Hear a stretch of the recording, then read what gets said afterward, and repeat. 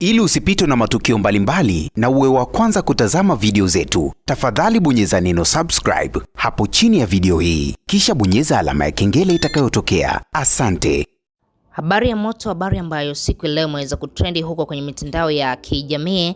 Bana, Mwijaku ameweza kuchafua hali ya hewa kwa mara nyingine kuhusiana na sakata la msanii Diamond Platnumz kuweza kumuibia nyota msanii Jay Melody. Hili jambo kila mtu ameweza kuliongelea kwa namna tofauti, lakini pia tumeweza kuona Jay Melody akaamua kupita na upepo, ameweza kuachia ngoma yake mpya katika kurasa wa YouTube. Tumeweza kuona ni ngoma ambayo ni ya kawaida, hatuwezi kusema ni ngoma kali kwa sababu biti za Jay Melody mara nyingi zimekuwa ni biti za kujirudia, na mtu ambaye aliweza kuvujisha hili sakata mpaka likatrendi huko kwenye mitandao ya kijamii ni Mwijaku. Mwijaku huyu tena amerudi kuweza kuanika mazito baada tu ya Mwambino kuchukua nyota ya Jay Melody. Aliweza kuipeleka wapi, aliifanyia nini, na ni kwa nini aliweza kuichukua nyota ya Jay Melody, na vitu vingi sana ambavyo Mwijaku amekuwa akivizungumza.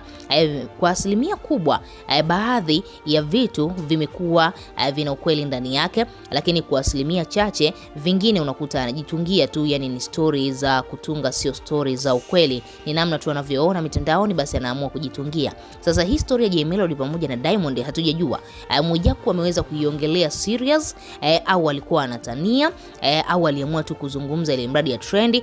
Na siku leo tena ameweza kuchafua hali ya hewa, ameweza kuzungumza nini ambacho kilitokea baada tu ya Diamond Platnumz kuchukua nyota ya Jay Melody. Mwijaku amedai kwamba Diamond Platnumz kuna mahali ameweza kuifukia hiyo nyota ya Jay Melody, na baada ya kuifukia alikuwa hataki tena Jay Melody aweze kusikika. Na ukiangalia kweli sasa hivi Jay Melody hata atoe ngoma ya namna gani hawezi tena kusikika, na ndiyo maana Mwijaku anakuambia kuna baadhi ya wasanii walishawahi kuapa kwamba hawataki kabisa kufanya kolabo na Diamond, bora kufanya kolabo na msanii Alikiba ambaye hana shida na mtu. Alikiba hata siku moja huwezi kumkuta katika hizi skendo kwamba amemwibia mtu nyota, lakini pia huwezi kumkuta Alikiba katika skendo za kumchafua msanii mdogo, msanii wa chini.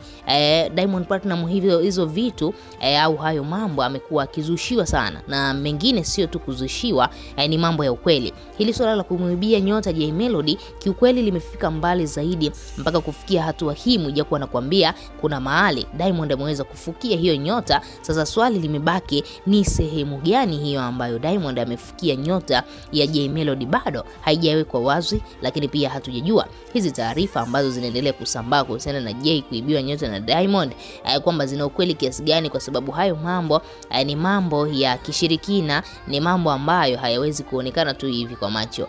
Ni mambo ambayo unatakiwa kwanza na imani na hicho kitu, ndipo uweze kuamini kama kweli yeye ameweza kuibiwa nyota na Diamond Platnumz. Wewe kama shabiki unalipi la kuzungumza, tuchie maoni yako, lakini pia nikukumbushe ambaye bado hujasubscribe, bonyeza maandishi mekundu yaliyoandikwa neno subscribe.